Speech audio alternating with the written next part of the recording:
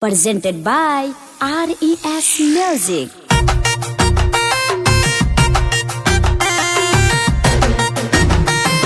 Presented by RES Music.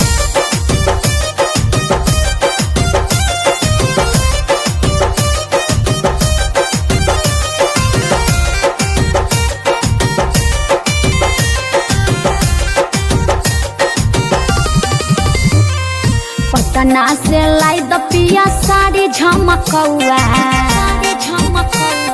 अरे सुनो हा, पटना से लाई द पिया साड़ी झमकौआ। बलमा जी बलमा जी लाई द नाते लगमकौआ। बलमा जी लाई द नाते लगमकौआ। कैसा के लइयो हम साड़ी झमकौआ। वो सब हम नहीं जाना है रानी सुनो ही, कैसा के लइयो हम साड़ी झमकौआ। रानिया खाली बहाना करो तू। धानी गे की करबे तेल गमकौआ। धानी गे की करबे तेल गमकौआ। रानी गे की करबे तेल गमकौआ। समझ गई ना?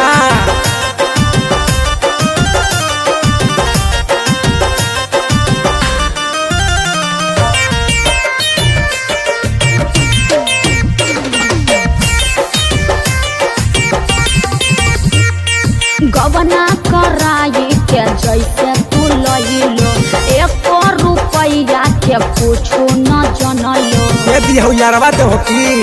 अरे बात सुनो ना, गवना कराई के जैसे तू लइलो, 1 रुपया के पूछो न जनलो। शहर के लड़की छोड़बो न गौआ। बलमा जी बोल बोल आगे बोल। बलमा जी लाई दाना तेल गमकौआ। बलमा जी लाई दाना तेल गमकौआ। सजन जी लाई दाना तेल गमकौआ।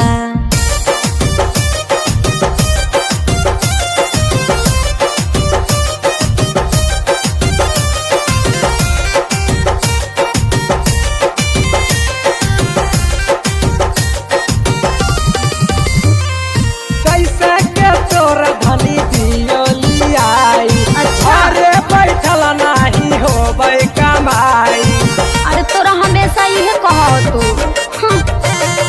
कैसे के तोरा धनी दियोलियाई, घरे बैठल ही हो बौना कमाई। फिर से दीपक धीर खत्म रुपया। रानी गे बहाना नहीं चलतो। मोर धनिया की करबे तेल गमकौआ। रानी गे की करबे तेल गमकौआ। रानी गे की करबे तेल गमकौआ। वो सब हम नहीं जाना है, हमरा चाहिए तो चाहिए।